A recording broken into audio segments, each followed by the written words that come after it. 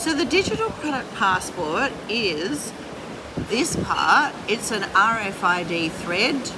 So that's an RFID tag, radio frequency identification tag, that's in, teeny tiny thing there, that's actually in a pliable thread. It's the world's first washable radio frequency ID tag in a thread. What it means is that it's bulk scanning. So it's a B2B, business to business tool for a circular economy. So we put it into products, we put it into mattresses, apparel, footwear. We're being asked now to put it in all kinds of amazing different products because it's bulk scanning. So that means that it can be easily sewn in, for example, going to be sewn into a garment. Just as they finish putting the label on, it's going to be sewn in there. You can scan hundreds all at once. So you can actually pre-scan. So imagine I've got, this is a large tencel satin. It's been made with Bijou the tailor. The mill is from Mumbai. I've added this much transport. I've ensured that it's actually come by road, not by air, to minimize my carbon emissions. And so you scan it using a commercial UHF scanner. Now, most businesses have these. You'll see them, the handheld scanner. But what's exciting is that we can actually make them even more affordable.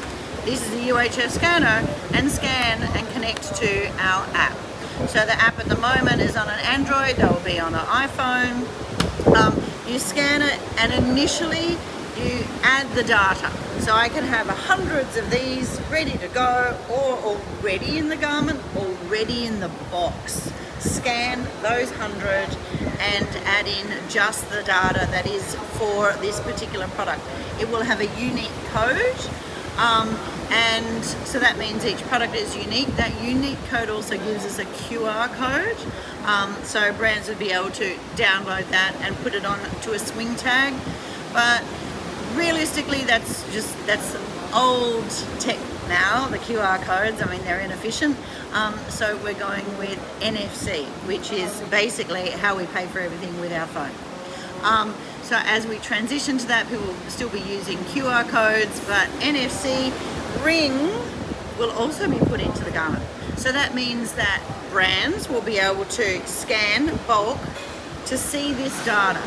It's going to be like a glorified swing tag. So it'll give us all the traceability.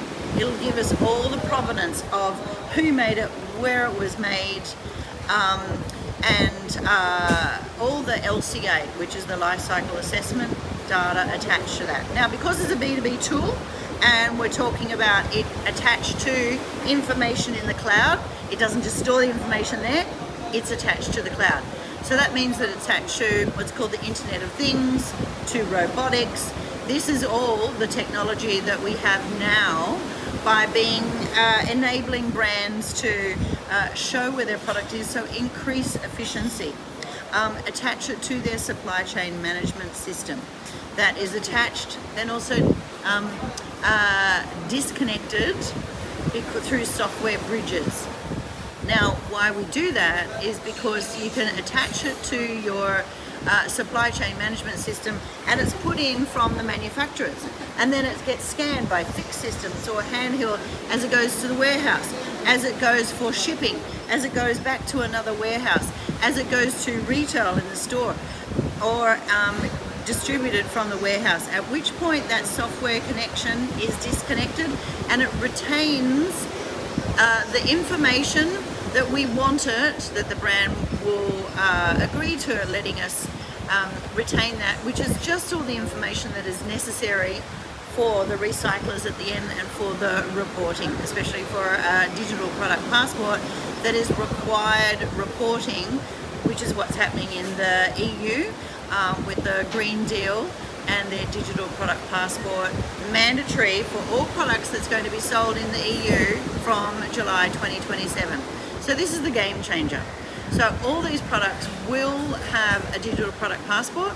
That will mean that all the brands will be able to connect with other brands and what we call the resource recovery sector. So, sorry, they're not brands, they're businesses. So that means if the company goes out for rent, that's an easy rent. So you scan it, let it rent out, scan it, come back in.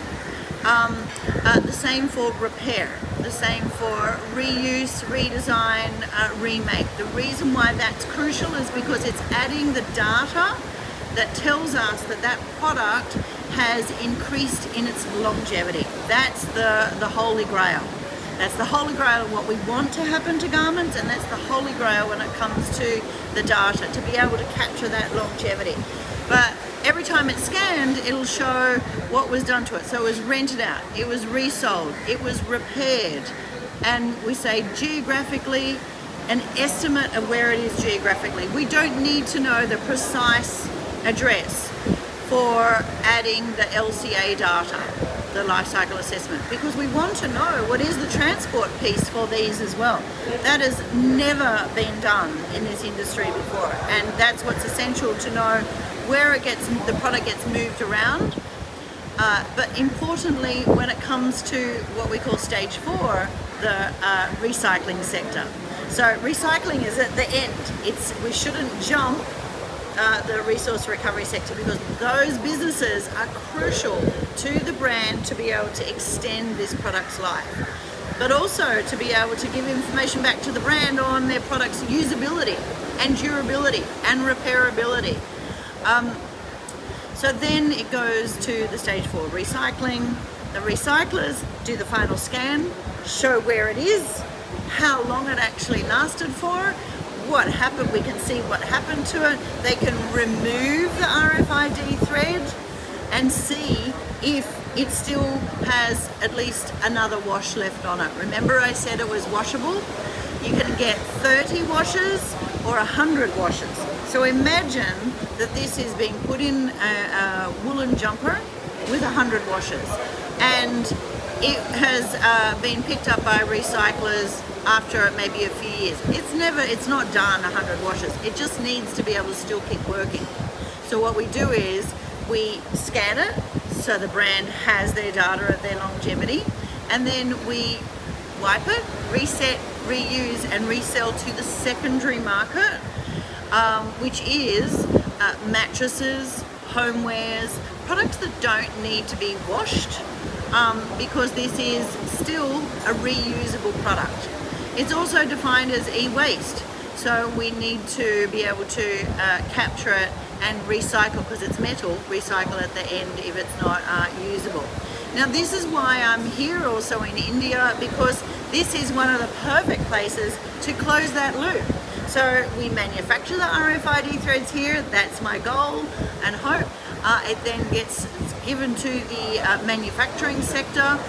They're the ones acting on behalf of the brands to scan, add to the garment, add all that data that's required, and then get sent on its merry way. So it has its long life wherever it goes to. But ideally, it then comes back to India or another country that is taking the resources. We don't call them waste, they're resources. So these fibers. So then they scan, remove, reset, and then this can be recycled as fiber to go into more products, more yarn, more textiles. So that is essentially closing the loop and connecting all the stakeholders as it goes through. So that means that it's earning money, has the capacity to earn money for the original brand, for the renters, for the repairers, for the resellers. Everyone is sharing in the fact that this product was made to last from the beginning with sustainable textiles, manufacturing strategies, using 3D design, zero waste, all of those circular design strategies. So the brand can also show these strategies and evidence at the end of its life.